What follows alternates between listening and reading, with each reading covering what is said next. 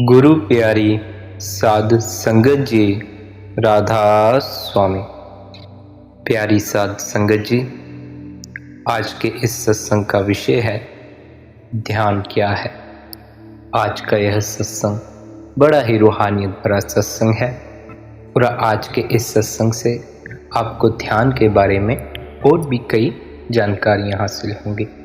आज का यह सत्संग अंत तक अवश्य सुने। दुनिया में दो तरह के लोग हुए हैं, एक जो बाहर के सौंदर्य को देखकर जीवन समाप्त कर देते हैं और एक वे जो भीतर के सौंदर्य को भी देख पाते हैं। और दुनिया में दो ही तरह के समाज हैं, दो ही तरह के धर्म हैं, दो ही तरह के वर्ग हैं। और जब सारे वर्ग मिट जाएंगे, सारे समाज मिट जाएंगे, सारे संप्रदाय मिट जाएंगे और जब गरीब अमीर के बीच फासला नहीं होगा, मालिक और गुलाम के बीच कोई फासला नहीं होगा, तब भी ये दो वर्ग बने ही रहेंगे। ये कभी भी मिटने वाले नहीं हैं। ये दो वर्ग बहुत बुनियादी हैं। एक जो बाहर देखने वाले लोग हैं वे, और एक जो भीतर देखने वाले लोग हैं वे। जो बाहर देखते हैं वे केवल संसार को देख पाते हैं और जो भीतर देखते हैं वे सत्य को भी देख पाते हैं, परमात्मा को देख पाते हैं। अपने भीतर की ओर लौटना ही धर्म है। हर रोज अपने भीतर उतरना ही सच्चा धर्म है। जिन लोगों ने भीतर जाकर देखा है उन्होंने वे सारी चीजें उपलब्ध कर ली हैं जो बाहर खोजने वाले उपलब्ध नहीं कर सके। बाहर कोई कितना ही खोजे, ना तो शांति मिलती है, ना सत्य मिलता है और ना ही आनंद मिलता है। बाहर भ्रम होता है कि मिल जाएगा, लेकिन मिल नहीं पाता। बाहर चलना तो बहुत होता है, लेकिन कहीं भी पहुंचना नहीं होता। आज तक पूरे मनुष्य के इतिहास में एक भी ऐसा मनुष्य नहीं हुआ जो बाहर की ओर चला हो और उसने अपने अंत में कहा हो मुझे आनंद उपलब्ध हुआ। करोड़ों करोड़ों लोग इस जमीन पर रहे हैं और करोड़ों ही लोग मिट भी गए हैं, लेकिन एक भी गवाही इस बात की नहीं है कि किसी मनुष्य ने यह कहा हो मैंने बाहर खोजा और मुझे आनंद मिला। एक भी गवाही जिस बात की नहीं है, एक भी आदमी जिस पक्ष में नहीं है। फिर भी हम ना मालूम क्यों अंधों की तरह उसी दिशा में खोजते हैं जिस दिशा में कभी भी वह उपलब्ध नहीं हुआ है। हाँ, मगर हमें संतों से ऐसी गवाहियां जरूर मिलती हैं कि भीतर आनंद उपलब्ध होता है। ऐसा भी कोई आदमी जमीन पर अब तक नहीं हुआ जिसने भीतर झांका हो और कह दिया हो कि भीतर आनंद नहीं। ऐसा भी एक आदमी नहीं हुआ। निरअपवाद रूप से जिन्होंने भीतर झांका है उन्होंने यही कहा है कि वहां आनंद है।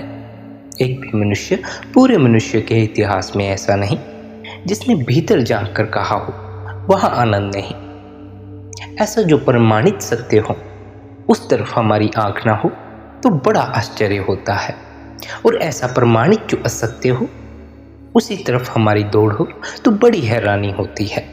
जरूर हमारी बनावट में कोई भूल है, जरूर हमारे ढांचे में दिमाग में कोई गड़बड़ आ गई है, जरूर कोई प्राकृतिक ऐसी गड़बड़ है कि सब जानते हुए भी हम बाहर की तरफ जाते हैं और भीतर नहीं आ पाते। और यह भूल आप स्पष्ट भी देख सकते हैं।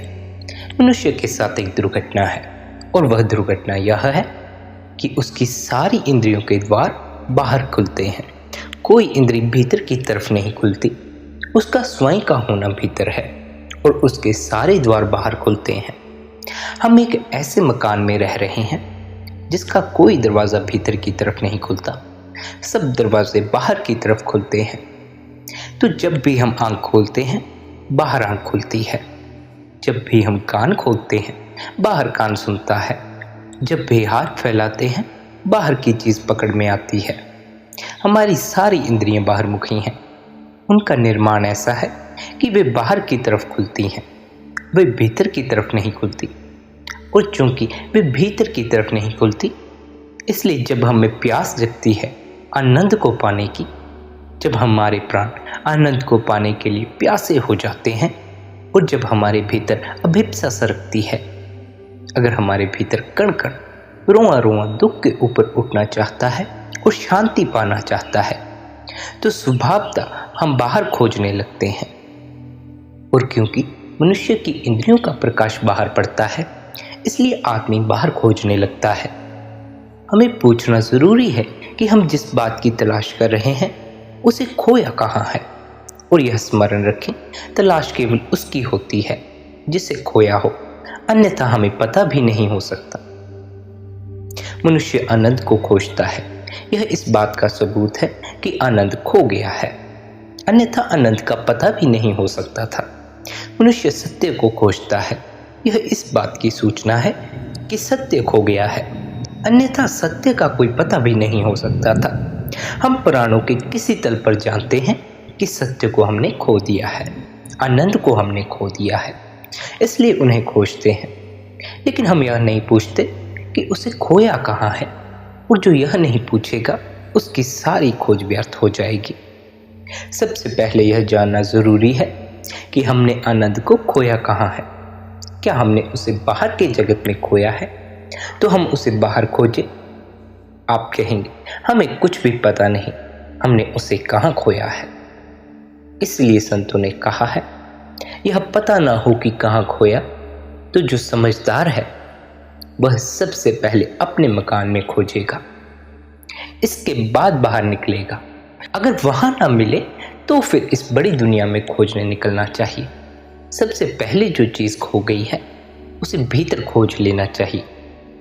अगर वहां ना मिले फिर इस दुनिया में खोजने निकलना चाहिए, लेकिन हम वहां नहीं खोजते और बाहर खोजने निकल जाते हैं, और फिर यह दुनिया बहुत बड़ी है और इसके छोर बहुत अनंत है, और जीवन बहुत असत्य है, और जीवन बहुत अलग है। हम खोजते समाप्त हो जाते हैं और दुनिया के छोरों तक नहीं पहुंच पाते। इसलिए यह भ्रम बना रहता है कि अभी कुछ खोजने को बाकी है। शायद अभी इस दुनिया में हम कुछ और खोज सकते हैं, शायद वहां मिल जाता होगा। इसलिए जन्म जन्म हम खोजते हैं, हमारे हजारों जन्म चुकता हो जाएंगे, दुनिया समाप्त नहीं होगी। उसके रास्ते बहुत अनंत हैं। जहां हमें इंद्रियां ले जाती हैं वहां कोई अंत नहीं है। वहां कितना ही खोजा जाए कभी भी आप अंत तक नहीं पहुंच सकते। इस दुनिया के अंत पर अभी कोई नहीं पहुंचा, और कभी कोई नहीं पहुंच पाए, और कभी भी कोई पहुंच नहीं पाएगा। ऐसी कोई जगह ही नहीं हो सकती जहां दुनिया अंत होती हो। इसका अर्थ हुआ कि इंद्रियां एक ऐसी यात्रा पर मनुष्य को ले जाती हैं जिसका कोई अंत नहीं है, और जिसका कोई अंत नहीं है वहां उपलब्धि कैसे हो सकती है? जिसका कोई अंत नहीं है वहां पहुंचना कैसे हो सकता है? और जिसका कोई अंत नहीं है वहां पूर्णता कैसे हो सकती है? सबसे पहले जिनका विवेक और जिनका विचार जागृत है वे अपने भीतर खोजें, उसके बाद ही बाहर खोजें। लेकिन यह आपसे कह दूं, जो भीतर खोजता है उसे बाहर निकलने की जरूरत नहीं रह जाती, क्योंकि जिसकी तलाश थी उसे वह मिल ही जाता है। यह जो भीतर खोजने का विज्ञान है, इसी का नाम ध्यान है। कैसे हम अपने भीतर खोजेंगे? उसकी पद्धति का नाम ध्यान है। ध्यान का अर्थ प्रार्थना नहीं है। प्रार्थना किसी और से की जाती है, ध्यान किसी और से नहीं किया जाता। प्रार्थना और ध्यान में जमीन आसमान का भेद है। प्रार्थना किसी से की जाती है, ध्यान किसी से किया नहीं जाता। ध्यान का दूसरे से कोई संबंध नहीं है।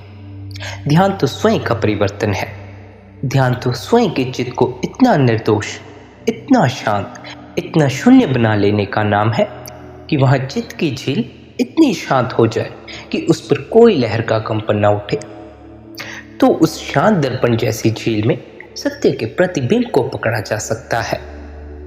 प्रार्थना ध्यान नहीं है, और प्रार्थना साधना का मूल अर्थ भी नहीं रखती। प्रार्थना तो अक्सर हमारी वासनाओं का ही रूपांतरण है, क्योंकि प्रार्थना में अक्सर हम मांगते हैं, ध्यान में कुछ मांगा नहीं जाता।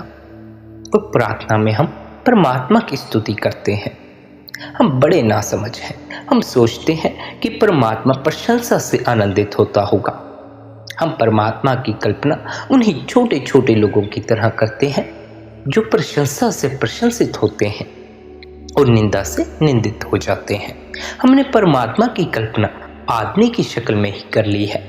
और हम सोचते हैं कि जिन जिन बातों से आदमी प्रशंसित होता है, आदमी आनंदित होता है, उनसे ही परमात्मा भी प्रशंसित होता होगा।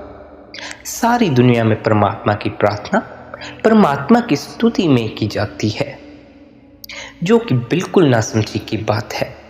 परमात्मा की प्रार्थना करने से कोई अर्थ नहीं है, कोई प्रयोजन नहीं है। हाँ, ध्यान करने से व्यक्ति जरूर परमात्मा को उपलब्ध होता है, मगर प्रार्थना करने से व्यक्ति परमात्मा को उपलब्ध नहीं होता। परमात्मा को खुश नहीं किया जा सकता, क्योंकि जिसे दुखी नहीं किया जा सकता उसे खुश भी नहीं किया जा सकता। जिसे परेशान नहीं किया जा सकता उसे प्रसन्न भी नहीं किया जा सकता। उसे किसी के पक्ष में आंदोलित नहीं किया जा सकता, क्योंकि उसे किसी के विपक्ष में नहीं किया जा सकता। जो लोग प्रार्थना करते हों और सोचते हों कि वे लोग डूब जाएंगे, जो प्रार्थना नहीं करते हैं, तो वे बड़ा गलत सोचते हैं। परमात्मा आपकी प्रार्थनाओं से आंदोलित नहीं होता, आपकी शुद्ध कामनाओं से आंदोलित नहीं होता। लेकिन अगर आपके भीतर परिवर्तन हो जाए, आपकी चेतना समग्रीभूत रूप से परिवर्तित हो जाए, ट्रांसफॉर्मेशन हो जाए, तो आप परमात्मा से जरूर संबंधित हो जाते हैं, क्योंकि उस क्षण में आप और परमात्मा के बीच कोई फासला और दूरी नहीं रह जाती। क्योंकि उस क्षण में आप जानते हैं कि आप स्वयं परमात्मा के हिस्से हैं। और यह दुखद है कि जो परमात्मा का हिस्सा है वह परमात्मा के चरणों पर सिर टेके। यह परमात्मा से ही परमात्मा की प्रार्थना करवाना बिल्कुल नासमझी है। इसलिए प्रार्थना ध्यान नहीं है। ध्यान बड़ी दूसरी बात है। ध्यान क्या है?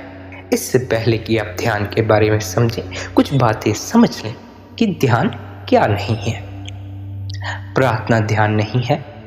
दूसरी बात, एकाग्रता ध्यान नहीं है, कंसंट्रेशन ध्यान नहीं है। साधारणतः यही समझा जाता है कि चित्त को एकाग्र कर लेना ध्यान है। एकाग्रता ध्यान नहीं है। एकाग्रता बड़ी छोटी बात है।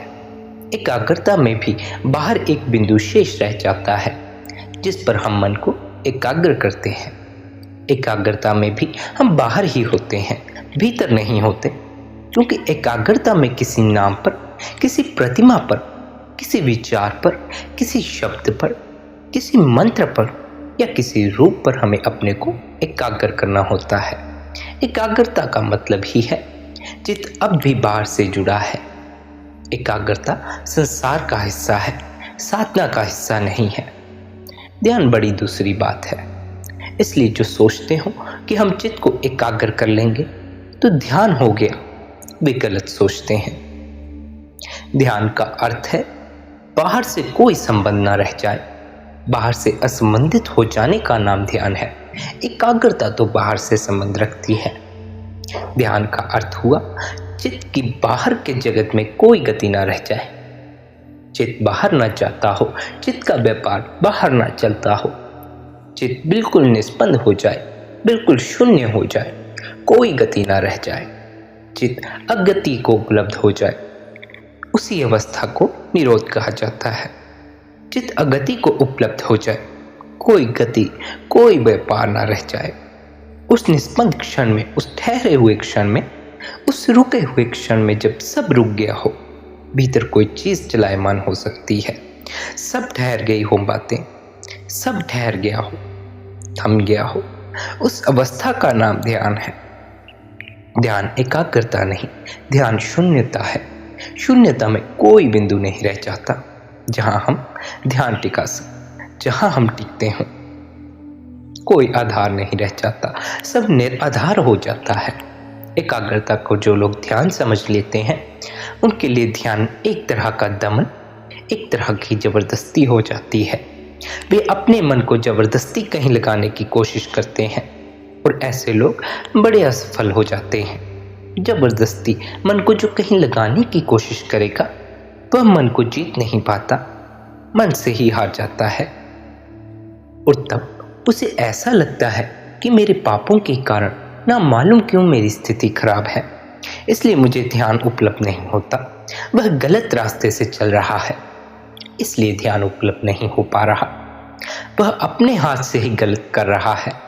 मन के भीतर जो व्यक्ति द्वंद करेगा लड़ेगा वह अपने को दो हिस्से में तोड़ रहा है।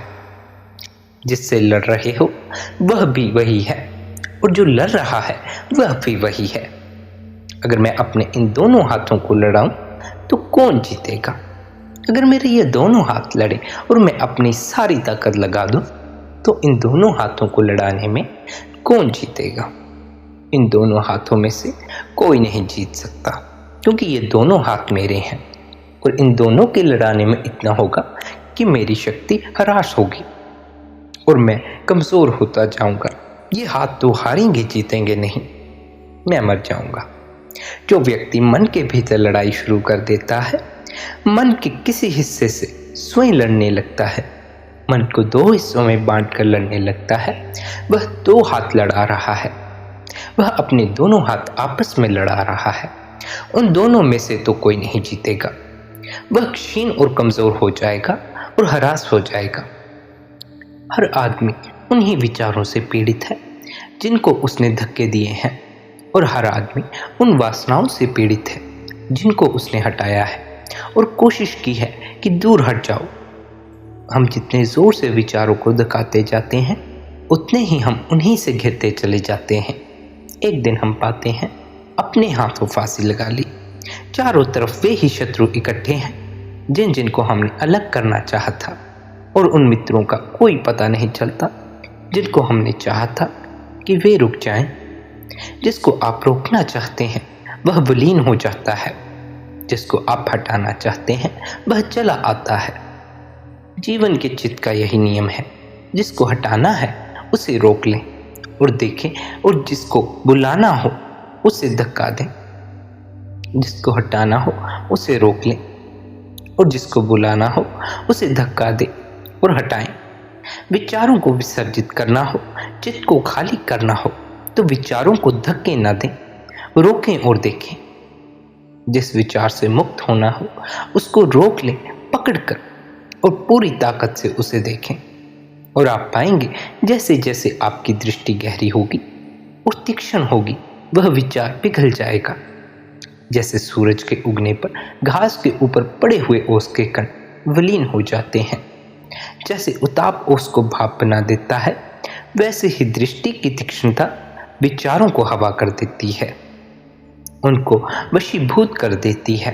वे इवेपोरेट हो जाते हैं। न एकाग्रता करनी है, न संघर्ष करना है। दृष्टि को पैना और तीखा करना है। दर्शन की क्षमता को विकसित करना है। अगर हम विचारों के प्रति दर्शन की क्षमता विकसित कर सकें, अगर हम उनको देखने में समर्थ हो जाएं, अगर कोई विचार पूरा का पूरा अमूल देख लिया जाए तो वह विचार तत्क्षण मर जाता है।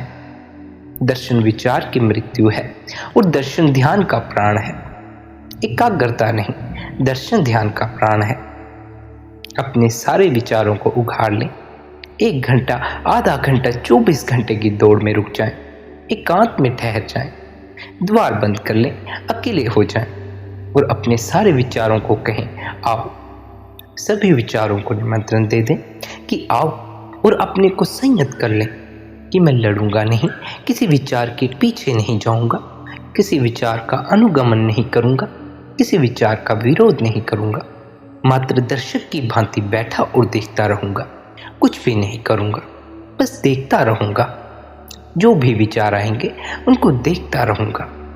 धीरे से यह बात सधेगी, क्योंकि हमारी आदतें खराब हैं।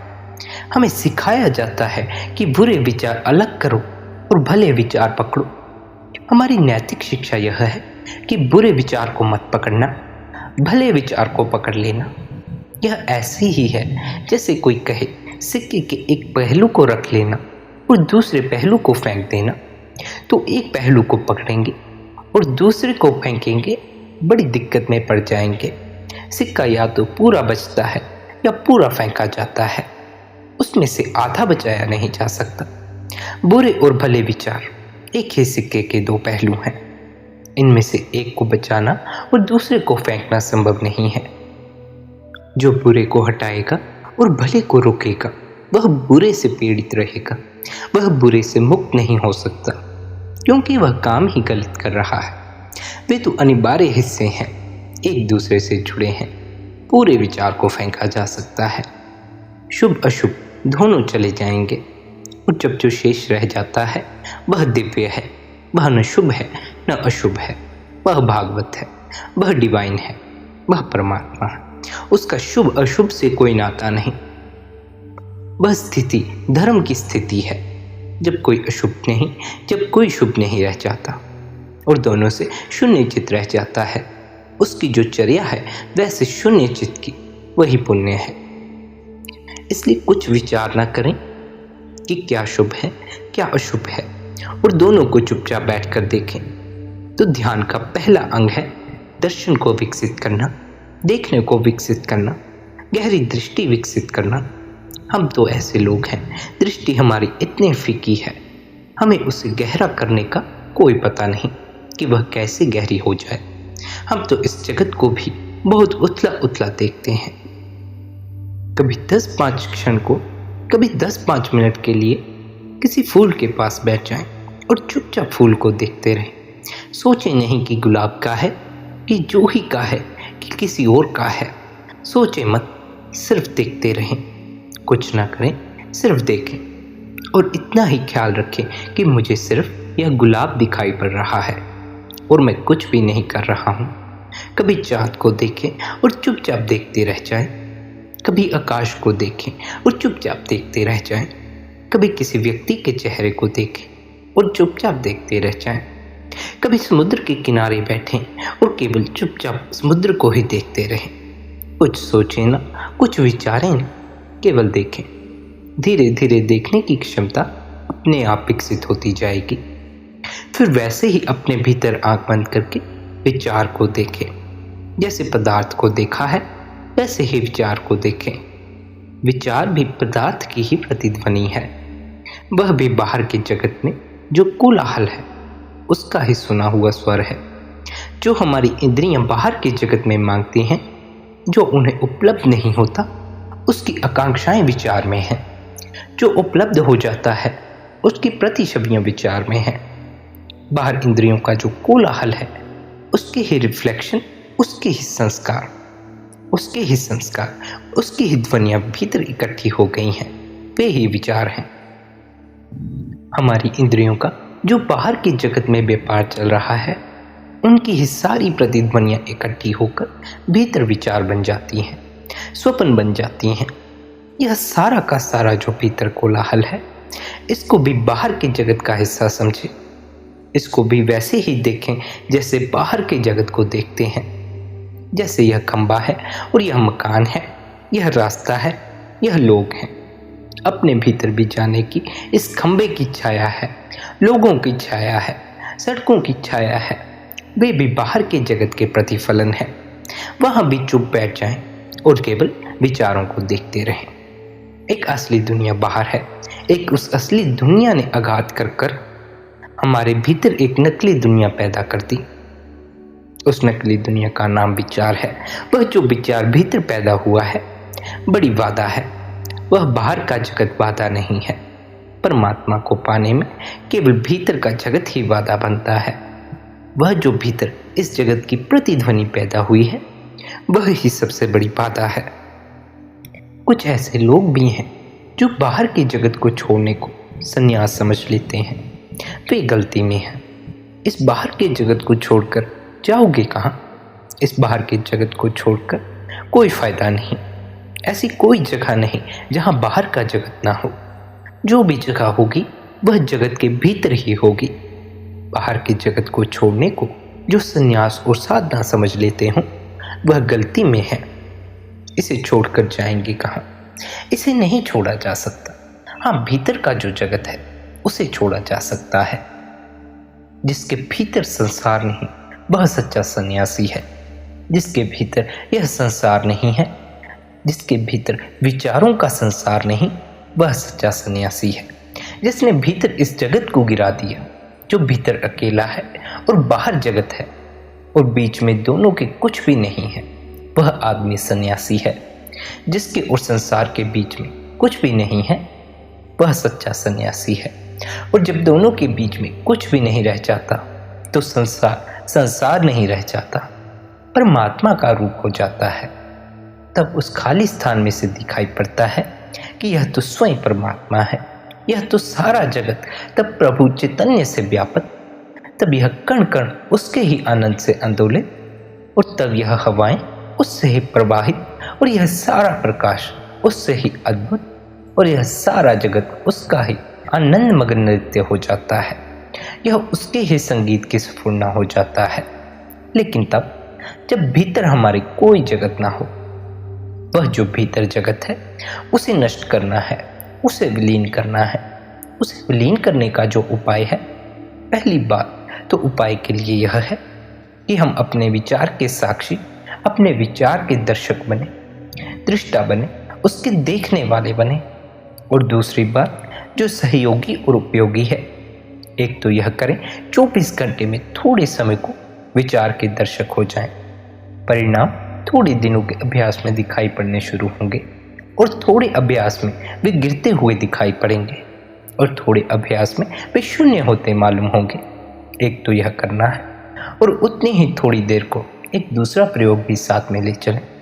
1 घंटे के माध्यम से आधा घंटा दर्शन का प्रयोग और आधे घंटे के लिए मृत्यु का प्रयोग। जिस व्यक्ति को ध्यान साधना हो उसे मरना सीखना होता है। मरते सारे लोग हैं, लेकिन सीख कर बहुत कम लोग मरते हैं, और जो मरने को सीख लेते हैं अद्भुत होता है, उन्हें घटना घटती है। जो मरने को सीख लेते हैं फिर मृत्यु उनकी नहीं होती। जो अपने हाथ से मृत्यु को सीख लेता है वह जान जाता है कि उसके भीतर कोई तत्व है जिसकी कोई मृत्यु नहीं है, और जो अपने हाथ से मृत्यु को नहीं साधता उसे मृत्यु बार बार घटित होती है, और अमृत से वह परिचित नहीं हो पाता। ध्यान एक तरह की मृत्यु की साधना है, अपने हाथ से मरना है। आधा घड़ी को कभी रात के किसी एकांत कोने में मर जाएं। आप कहेंगे यह हमारे वश में कैसे है कि हम मर जाएं? इसलिए संत कहते हैं यह हमारे वश में है, मरा जा सकता है। मरने के लिए ऐसा करें, द्वार बंद कर लें, सब तरफ से द्वार बंद कर लें, लेट जाएं, शरीर को ढीला छोड़ दें, आंख बंद कर लें, और यह कल्पना करें कि आप समझ लें कि आप मर गए हैं। समझ लें कि आप मर रहे हैं, आपकी अंतिम घड़ी आ गई है, आपके प्राण निकल गए। और तब सोचें कि जब आप सच में मरेंगे तो कौन से लोग आपके आसपास इकट्ठे हो जाएंगे। आपके मित्र और आपके प्रेम करने वाले, आपके संबंधी, आपके पड़ोसी, वे सब आने लगे हैं। आप मर गए हैं। मोहल्ले में, पड़ोसियों में खबर फैल गई है कि आप मर चुके। लोग आने शुरू हो गए। वे लोग आ जाएंगे, कमरे में उनकी कल्पना की भीड़ आने लगेगी, आपको उनके चेहरे दिखाई पड़ने लगेंगे। जब सारे लोग आ जाएं तो फिर आपकी अर्थी उठेगी। उसे भी उठते हुए देखें कि लोगों ने आपकी लाश को बांध दिया। वे आपकी अर्थी को कंधों पर ले चले। रास्ते से आपका गुजरना शुरू हो गया, और उस मरघट तक पीछा करें अपनी इस लाश का। अब मरघट पर पहुंच गए और चिता जला दी गई, और आपकी लाश उस पर रख दी गई, और सब राख हुआ जा रहा है। इसका निरंतर अभ्यास करने पर एक दिन आप पाएंगे सब जल गया है, और आप बिना शरीर के अपने को अनुभव करेंगे। निरंतर अभ्यास करने से किसी दिन आप अचानक होश से भर जाएंगे और पाएंगे सब जल गया है और आप बिना शरीर के हैं। और जब शरीर पूरा जल जाएगा तो आप अचानक पाएंगे कि आपके सारे विचार शून्य हो गए हैं, क्योंकि सारे विचारों को जन्म इस शरीर के माध्यम से मिलता है। इन इंद्रियों के द्वार से सारे विचार बाहर से आते हैं। अगर ये सब राख हो गई तो इनका सारा संसार भीतर गिर जाता है। उनके उस संसार के प्राण इन इंद्रियों के भीतर हैं, और तब आप अपने को विदेह अनुभव करेंगे और निर्विचार अनुभव करेंगे। इन दो प्रयोगों को अगर आप साधते चले जाएं तो आप ध्यान को साध रहे हैं, दर्शन की साधना और मृत्यु की साधना। और जिस दिन दर्शन और मृत्यु की पूर्णता आपको अनुभव होगी, उस दिन आपको परम सत्य का साक्षात हो जाएगा। उस दिन आप पाएंगे जो भी आप में मरण धर्मा था वह मर गया है, और जो भी अमृत था वही केवल शेष रह गया है। विचार सब शून्य हो जाएंगे, दर्शन शेष रह जाएगा। उस दर्शन में जब अमृत का अनुभव होता है तो व्यक्ति सत्य का साक्षात करता है। उस परमात्मा का साक्षात करता है। वह परमात्मा, वह सद्गुरु आप सभी पर दया मेहर बनाए रखे, आप सभी को अनहद ध्वनि से जोड़े रखे। राधा स्वामी जी।